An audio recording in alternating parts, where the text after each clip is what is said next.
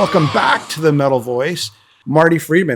It's great to see you. Nice to meet you, Ken, and great to see you again, Jimmy. And as soon as I saw you, I remembered that you're the guy who did that absolutely awesome Riot documentary, and I'm a big Riot fan from way back. And I just noticed on X, someone in Japan put up a post that said, name the album, the worst album cover with the best music inside, the biggest gap between the shitty album cover and the great music inside. And they put the Riot Narita album on there, and I'm like, that's a perfect example. And just before we started taping, Ken was talking to me about reading my book when I'm talking about Hawaii, and I'm like, man, I had some pretty horrible, horrible album covers in Hawaii, but the gap between the album covers and the music wasn't as big as Riot, because the music in the Hawaii albums really wasn't much better than the covers. But yeah, it just reminded me of that wonderful documentary that you did. Yeah, really appreciate it. Thank you so much. Heart and Soul went to it, just to remember such a classic band. That's where I discovered you, Jimmy. Yeah, That's exactly where I discovered. My friend's son Lance was subbing with Riot, and he turned me on to the video, and I contacted you a little after that. Yeah, and I got to say, my buddy Giles Lavery, who helped co-produced it, we'll say, big help there. So if anybody wants to watch the Riot documentary, it's a multi-part documentary online, and we put it together, heart and soul. We put our love into that.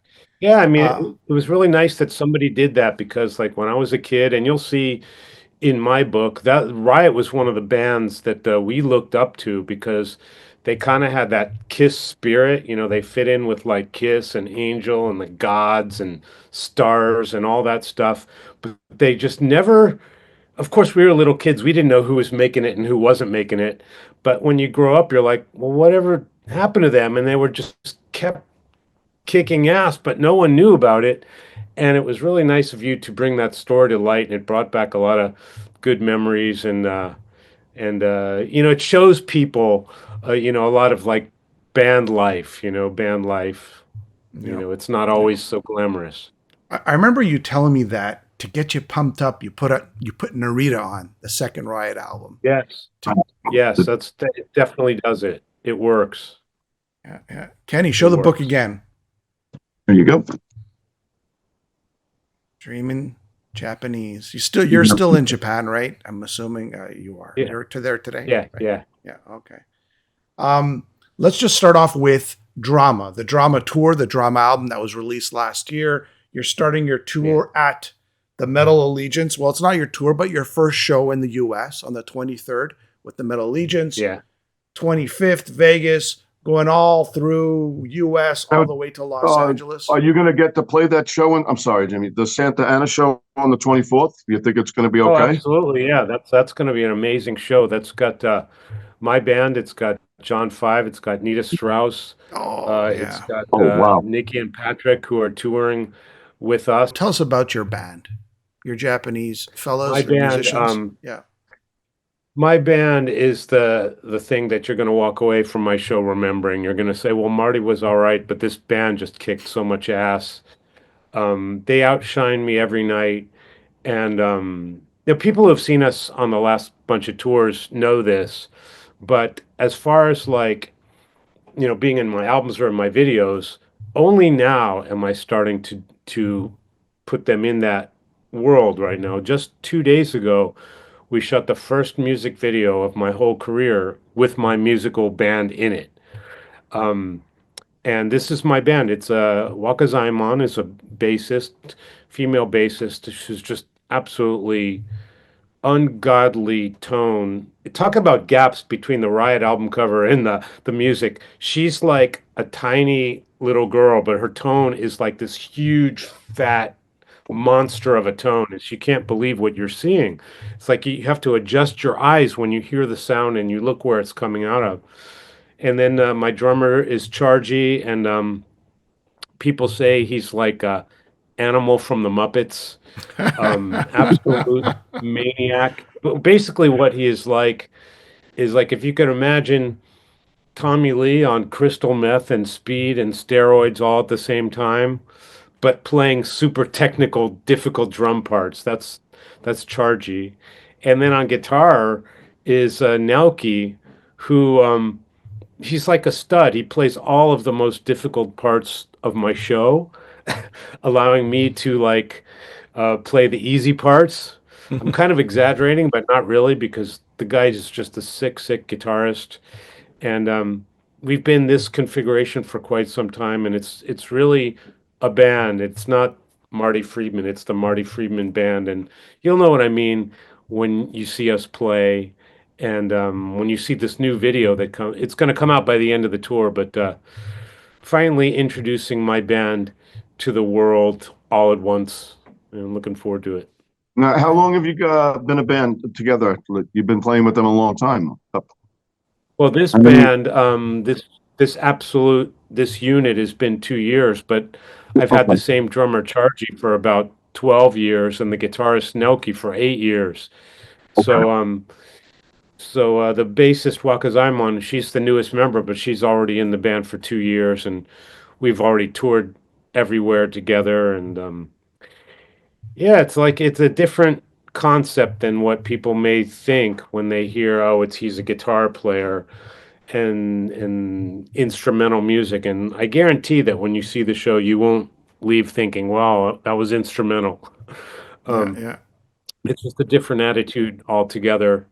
I try to take the place of a vocalist on guitar and get the audience involved. The thing that when I watch really good guitar players, I walk out saying, the guy's great, but that's not really such a great feeling. It's like, wow, he's super talented. Okay, great.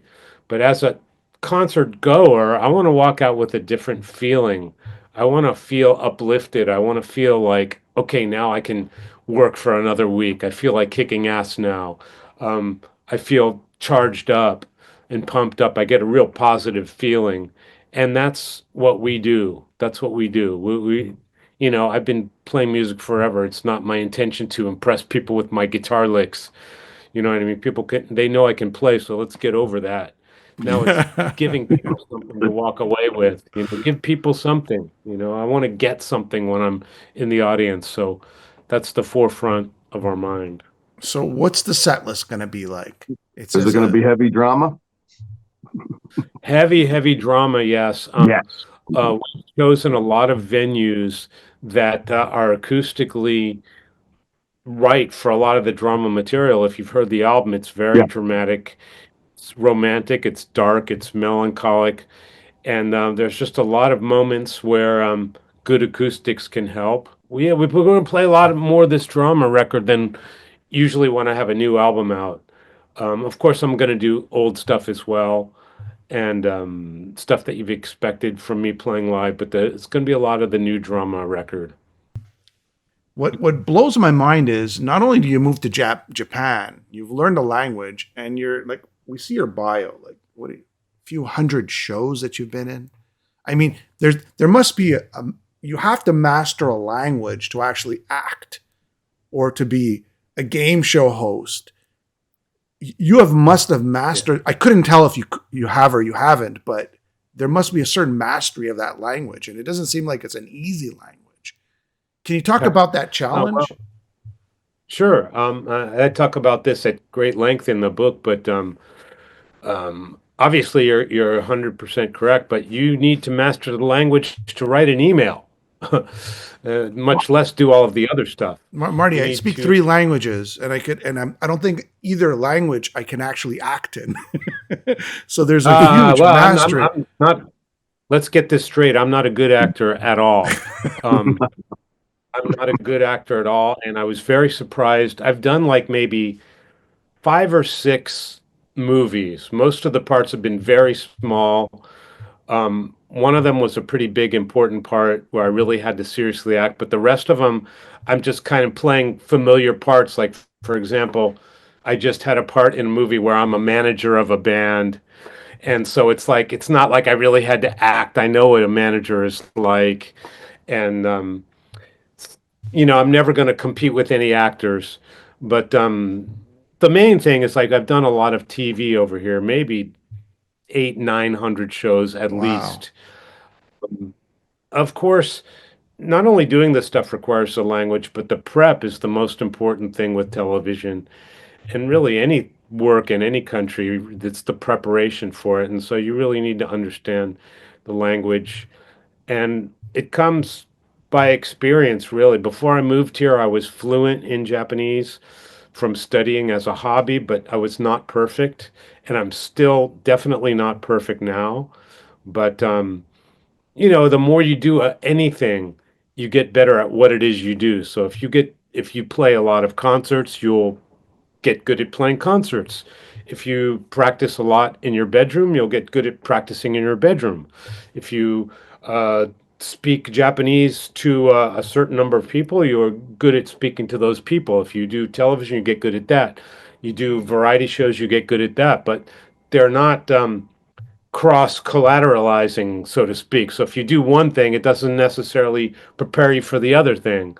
So it takes a completely different set of language skills to, for example, do a tour in Japan than to prep for a program about Japanese pottery or something like that.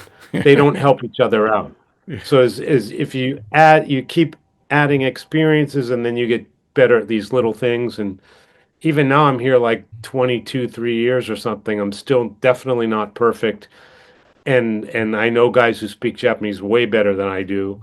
Um, but I've been fluent even before I was here and surviving with it, and making it work.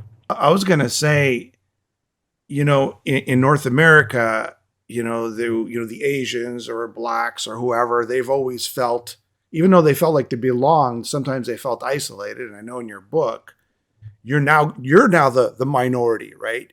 Did you ever have that feeling of, man, now I know what you guys are going through, being immersed in an Asian society, right? And behind Interesting. your back, they might be making fun of you, but in front of you, there might be treating do you go through that? Do you feel that sort of, I don't want to call it racism. Maybe that's too harsh, but do you feel that isolation? Oh, it's an excellent question. And I'm definitely the minority here. In the majority of everything I do, I'm the only non-Japanese in the room, in the studio, in the venue. You could play, I'll do a show and there's thousands of people there. I'm the only foreigner in the room. I mean, people don't really understand the ratio of what it's like in a one race society. I think the correct number is something like 94, 95% of the people in this country are all Japanese. So that's something to be reckoned with. It's interesting because America, as you know, is a complete melting pot. So the concept of everything is completely different. Um, we could talk forever about that, but for me, my personal experiences, which of course I outlined a ton in the book, is you can never ever, no matter how fluent you get at the language, however much you get immersed in the culture, never ever have the goal or intention to belong, because that's where you're gonna get tripped up. If you feel like, well, I don't belong here, all these people are different, I'm the odd man out, then you're not suited for this kind of thing. Um, the thing that the way to internalize it is there's no way I'm going to belong, but I can certainly coexist and I can certainly bring something to the party and I can certainly get something out of this. Belonging is extremely overrated. Um, you don't have to belong. And what's so great about belonging? If you find a place that you like to be, that's where you like to be. And that's where you like to, make your contributions to whatever it is you're doing and to receive things. Um, but sometimes people get turned off by not belonging to something. And that's kind of not a mental issue, but it's kind of the wrong goal, I think. Belonging is way overrated, and separating people because of whatever race they are is also very overrated, because here I'm in a one race society. But for example, if I'm auditioning people for a project, say I'm putting together a band for a record label or something, which I've done several times, there's guys who suck at what they do, and there's guys who are great at what they do, and there's guys who look the part, there's guys who don't look the part, there's guys who attitudes are great, guys who attitudes suck, all within the same one race. Qualified people and That's true. non-qualified people. This is the same with mixed race countries like America. So why does race even matter? I want the best person for the job. And so the longer you're in any kind of professional capacity of anything, you kind of forget that everybody's a different race that I am. I've completely forgotten. And actually, a lot of people tell me, after working with me for years, it's like, totally forgot that you're American. They might hear me speak English. If somebody were, I never speak English here in Japan except for doing stuff like this and talking to my family. So occasionally, if someone will hear me on the phone speaking English, they're like, "Oh my God, he speaks English. I forgot you were American." Wow. Because I've really assimilated that much, but not to be confused with belonging, because I'm still the elephant in the room, so to speak. I'm just going to leave you with one more question on this.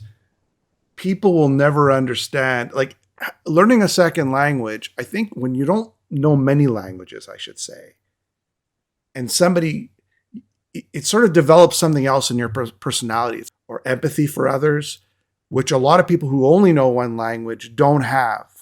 And not to say, Kenny, I'm not trying to insult you here, but I'm trying to say that, for example, you're in a store and somebody comes up to you and they ask you a question, but they don't speak the language you speak to.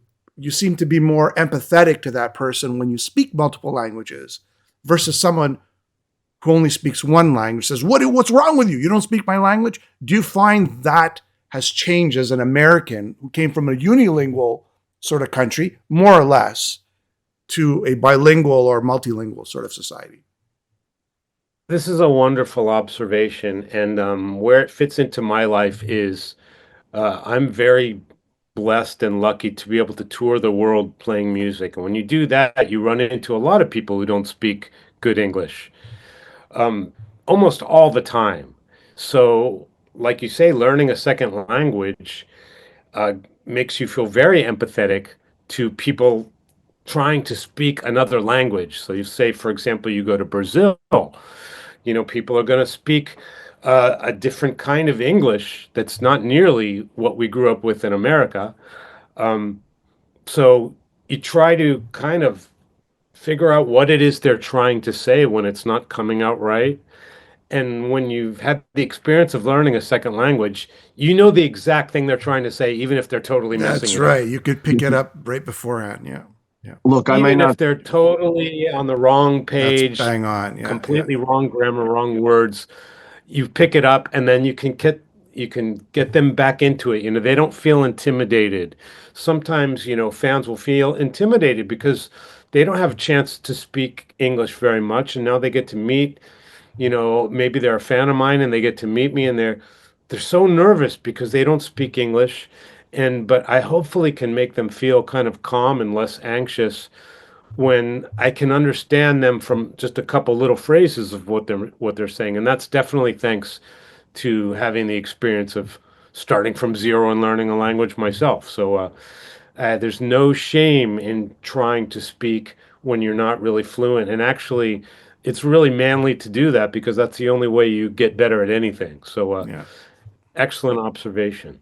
I think the lesson here is try to learn another language. I think it'll develop you as a person so much, and make the world Oh, a and it better opens place. so many job opportunities. It's just absolutely insane Yeah. for how many new job opportunities you get just from one new language. It's out of control.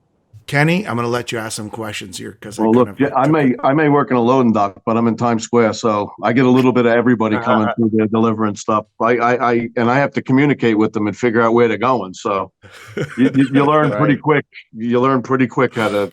Because in New York, you're speaking like this, right, with your hands. That's it, smack in the middle of Times Square. Whatever it takes. You mentioned Metal Allegiance before. That Dave Ellefson's going to be there. Were you ever approached about Kings of Thrash or doing anything with him? I've never been approached for any ex-Megadeth stuff because I think it's widely known that I'm completely not interested in doing that. Left an absolutely spotless history that I'm very proud of. Revisited it twice with Megadeth at Budokan and Wacken.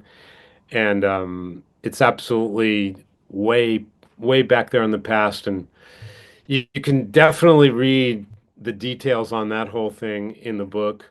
Show the book. Details. Show the book. Gotcha. Listen, I have a million questions for you, but I've got a feeling I'll get them in here. Yeah, there's so many details in there that have never been said before, and it's all with love and respect and truth. Being the top priority. But yeah, it's, doing Megadeth at Budokan was like a dream come true, even when I was in the band. So there was no way that was gonna not happen. But I prefer to look at that as a wonderful piece of history that is to be left how it is. Absolutely. I want to know about Kiss. Honestly, that's what I want to know about Kiss. There you go. Yeah, there's the question. I grew up in Queens, so I grew up by Forest Hills, where the Ramones and Kiss came from, and like you mentioned in your book, that they were part of your influences. He did something with Gene Simmons, so here you are, a Kiss fan from the youth, right? Did you not do like some sort of was it a movie or show? I can't remember. That's not very recent though. There was a movie called Detroit Metal City based on a very famous comic in Japan, and the movie was absolutely fantastic. It was a huge hit, and I was in Gene Simmons' band in that movie. So it was a dream come true for a Kiss fan like myself. And another great thing was everyone there was Japanese, and Gene was the only guy who didn't speak Japanese, and I was the only guy who spoke English. So Gene practically cornered me, and we were chatting the entire time. And when you're making a movie, it was a 3 days shoot.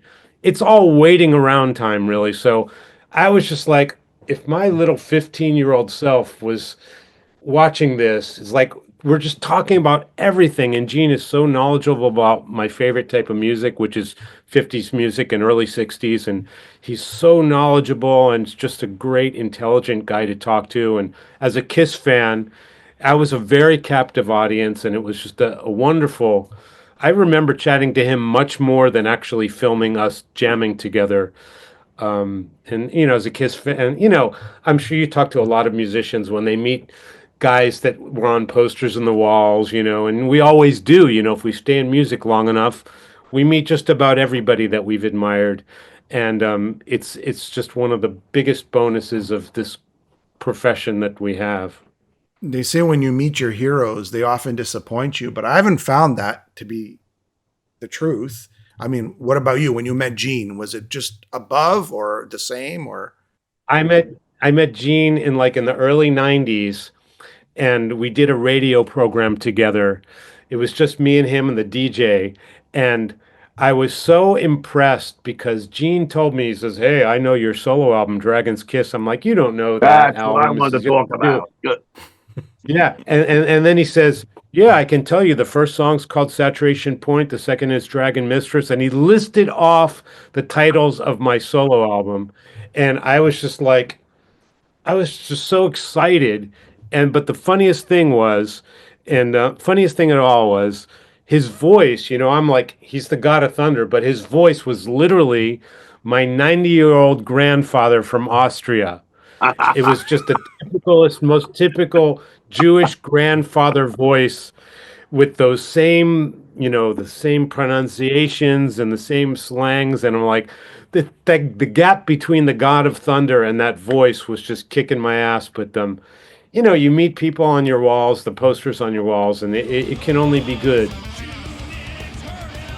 Dreaming Japanese, pick up the drama It's going to album. be at Bookends February 3rd in Ridgewood, New Jersey, and Daryl's house February 8th. Starting off Thank you guys. January so much. 23rd, U.S. tour. Thank you, Marty. You guys in America, we'll be there the whole month, and thank you very much, both of you guys. It was a blast.